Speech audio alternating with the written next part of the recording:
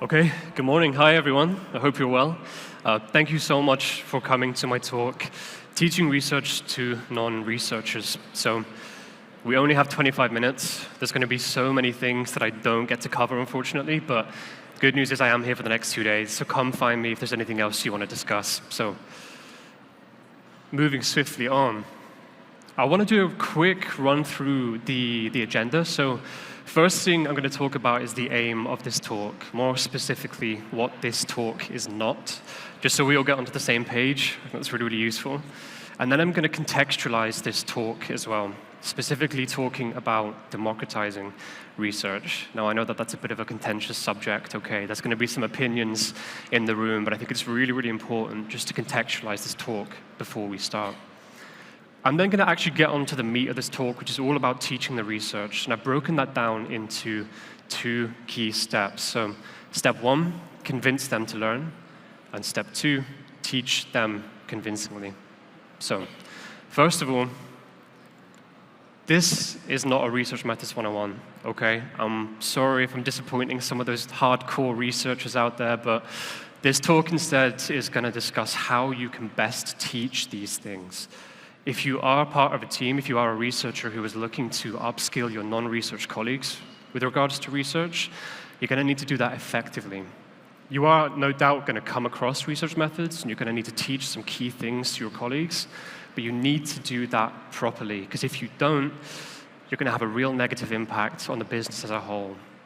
And the reason that I think this talk is important is because we are now obviously in an era of democratizing research. So I'm aware that this is a contentious subject. Okay, I've seen my fair share of hot takes on LinkedIn from researchers specifically. There's a lot of skepticism, I think, towards democratizing research. But because we are now in an era where a lot of teams do want to do this, a lot of organizations do want to democratize research, I think it's really, really important that if you are part of a team that wants to democratize research within your organization, you have to do it effectively.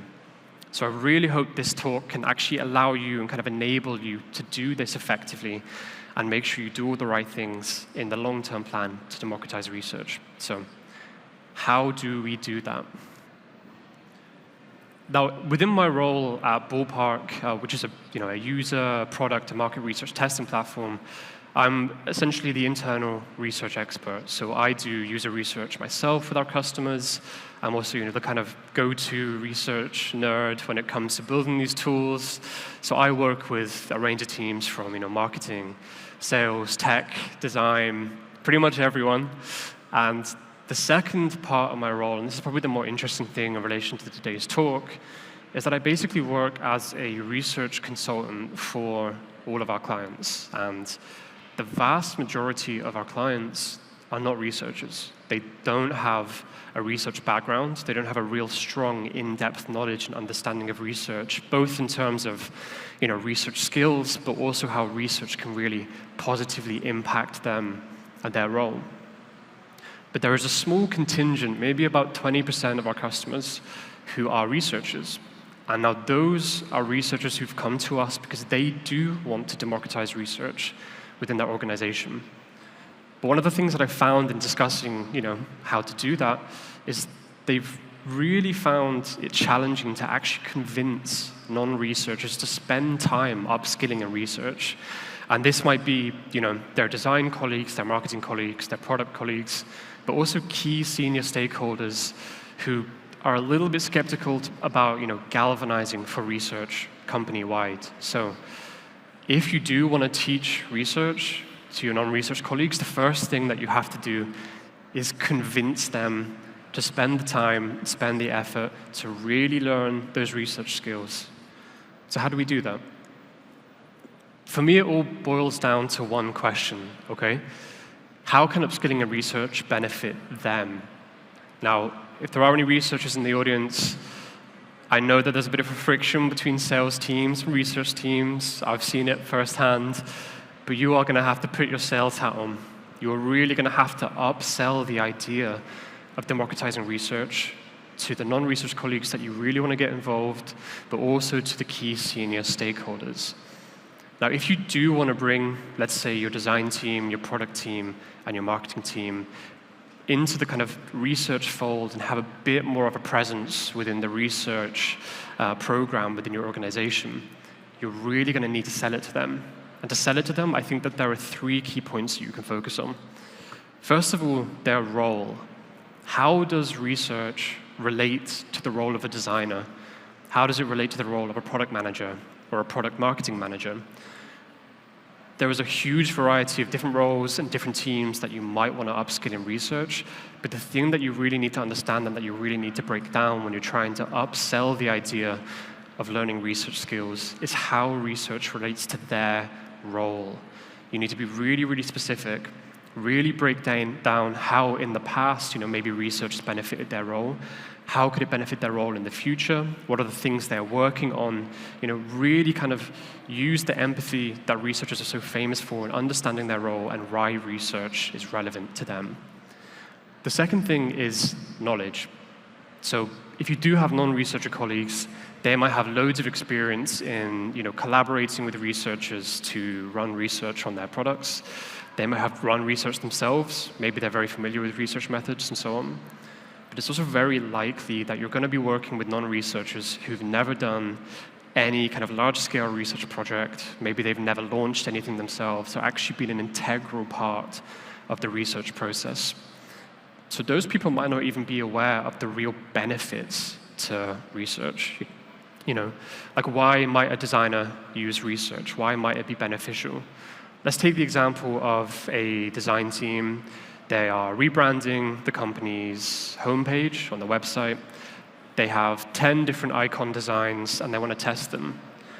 Maybe they have no idea why, research might be really, really useful in this specific case, and they might not even know what kind of research methods or research tools might be really, really relevant to them and how it could benefit them. So understanding their role and their knowledge about research is a really, really useful way of upselling the idea of upskilling in research. And finally, autonomy. If in doubt, go down the autonomy route. Okay, nobody likes waiting for things.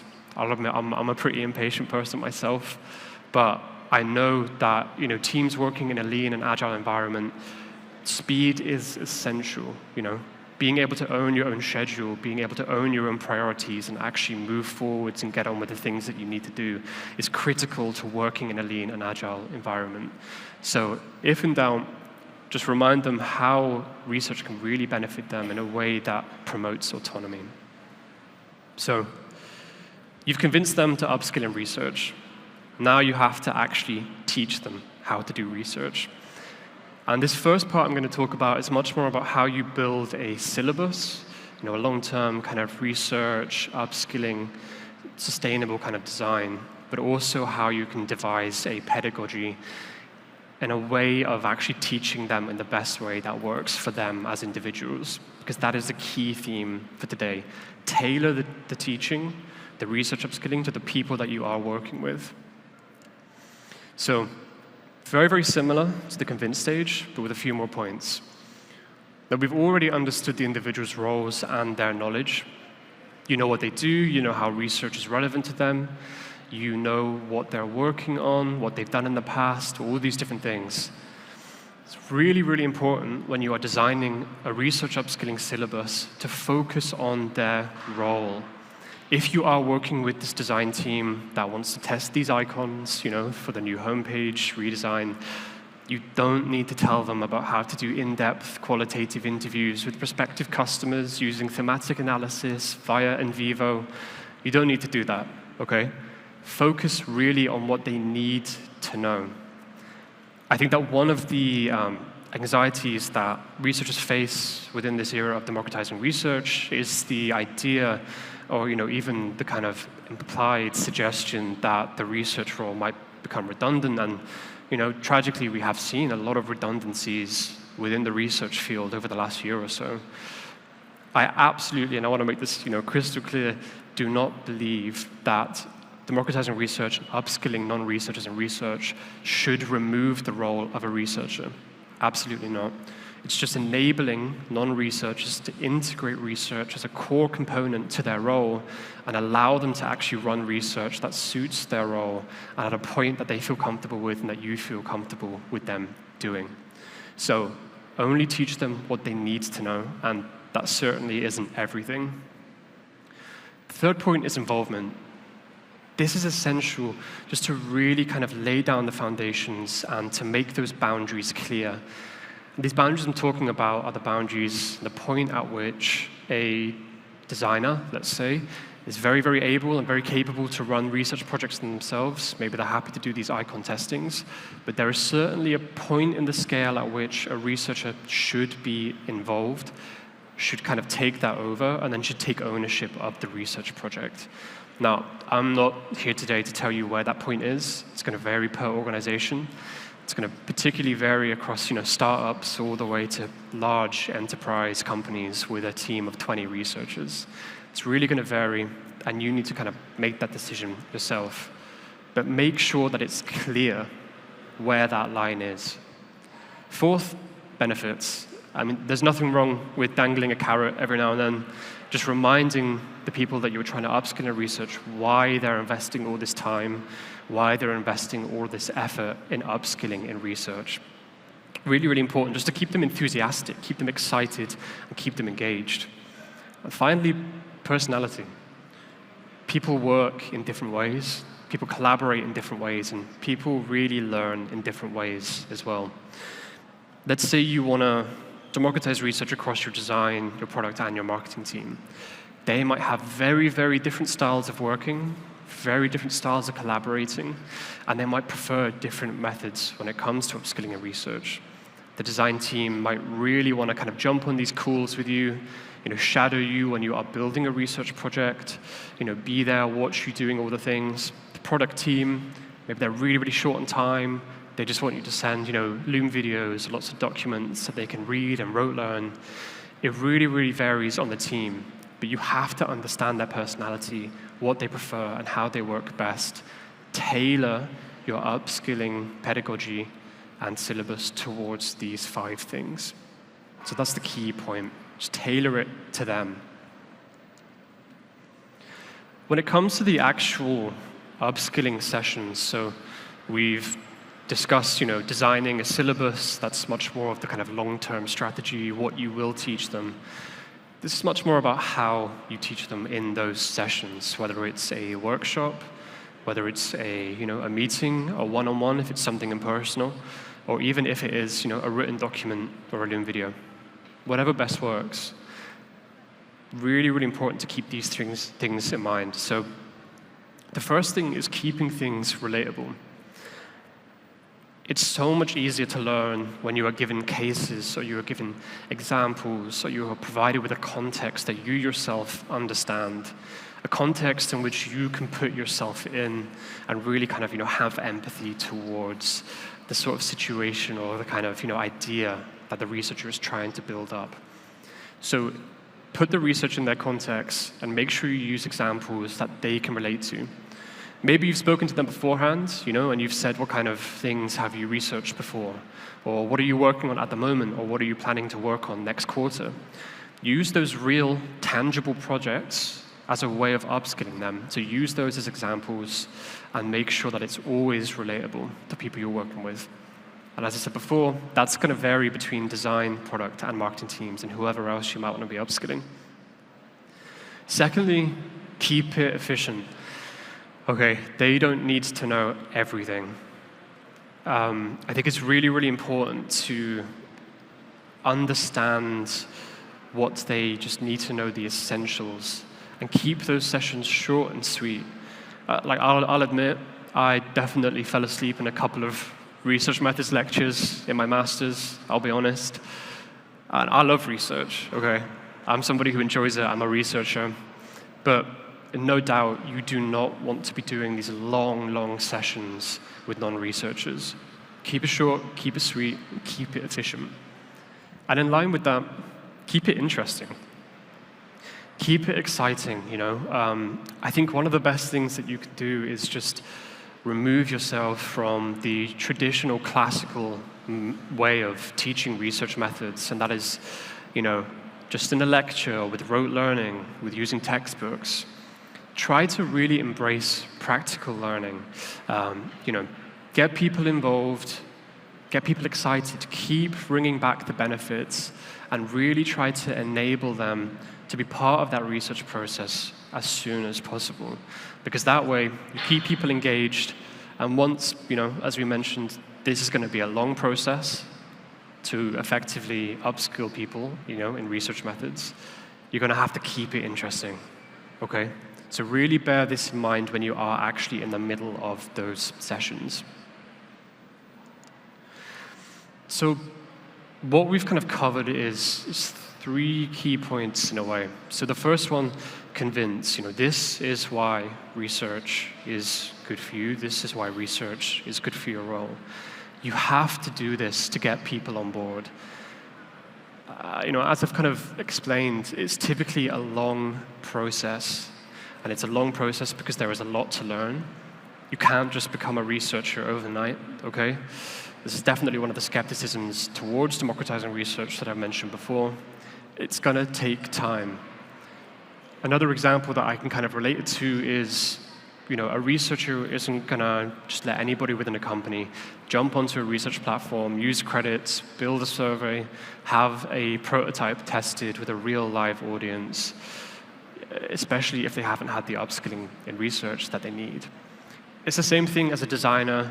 You're not going to let a researcher go on Figma, design a prototype, have that prototype actually be launched on a live website. It's the same kind of thing. It's going to take time, but it's incredibly important, and you just have to make sure that it's sustainable. And that comes to the second point, so teaching. Make sure that it's effective, make sure it's sustainable. Use those benefits and keep the context of their roles as a core part of any of the workshops or meetings or lectures that you're going to do for upskilling. And then finally, enable. And this is the most exciting point. They're convinced, so they're excited, they know what the benefits are. They've been taught, so they know how to do research. They've done the upskilling. They know the basics. They know what they need to know. Finally, enable them, Bring them onto a research platform if you're using that. Take them through things. Go through a project together. But always keep in mind that, if you are working with non-researchers, these are definitely going to be people who are new to this, most likely. So don't expect, a research project to be as quick or as efficient as it normally would be. Just really, really embrace your role as essentially a teacher, and just allow them to be enabled in a way that makes democratizing research better for the entire organization. So with that in mind, there are 3 key points that I just really want to kind of end on, and I really want to promote within the role of the researcher who is doing this research upskilling. So the first point is be organized. As I mentioned, this can take a long time. It might vary per company. For some teams, it might take a quarter. For some, it might take 2. For some, it might take a year. It's really, really going to vary on you, your team, how many people you want to be involved, and so on. But because it's a long process, it's going to be difficult to really, really manage everybody else's time, everybody else's schedule. We all know how difficult it is to get a meeting booked with certain people. You need to make sure that you are organized, and that involves getting all the meetings set up, being ready for those meetings, doing a bit of research for who you're actually going to do this upskilling session with, come to those meetings prepared, and that'll allow you to make this process sustainable, but also to keep those specific sessions short, sweet, and effective. Secondly, be patient. It is going to take a long time, but also there are going to be people who are new to upskilling and research who might feel a bit daunted by the idea of launching a real research project with real people, using a company's kind of credits or finances to actually run this research. You've got to be patient with them. There are certainly going to be people who are a little bit scared of embracing quantitative techniques. Maybe they're not familiar with utilizing data as part of their role. Just be patient with them. Be the teacher that you've always wanted to have. It's really, really important to keep that in mind. And finally, be supportive. And not only does that mean being encouraging and being kind throughout this entire process, making sure that you are really backing them and really galvanizing for their work. It takes a lot of energy, time, and effort, as we've already seen, to upskill in research, and it can be really difficult for some people. So be supportive throughout the entire process. In addition to that, it's really, really useful to build loads and loads of documentation. I mentioned before the use of papers, Loom videos, webinars, whatever. But make sure that communications are always open, you're readily available to be supportive, to jump on a project to help somebody upskill, because that'll make it much more enjoyable for the people that you are trying to upskill in research, and it'll make that work so much more sustainable. So I just want to finish by saying I hope that this has been useful as a way to really kind of teach research and a way of embracing the democratization of research. I just want to reiterate as well, if you are looking to democratize research, it is paramount that you do so effectively. You do so in a way that will really benefit the organization as a whole. If you're struggling to do that, one of the negative effects might be that it could negatively impact relationships between teams. It could also really negatively impact work, not only for yourself or the colleague that you're trying to upskill in research, but for the organization as a whole. So take your time, really, really invest the things that I've spoken about, and make sure that if you are looking to democratize research, that you do it effectively. So, as I mentioned, very, very quick run through, 25 minutes. There are undoubtedly things that I have left off. I'd love to carry on this conversation with anybody over the next couple of days. And thank you so much for listening, and happy researching.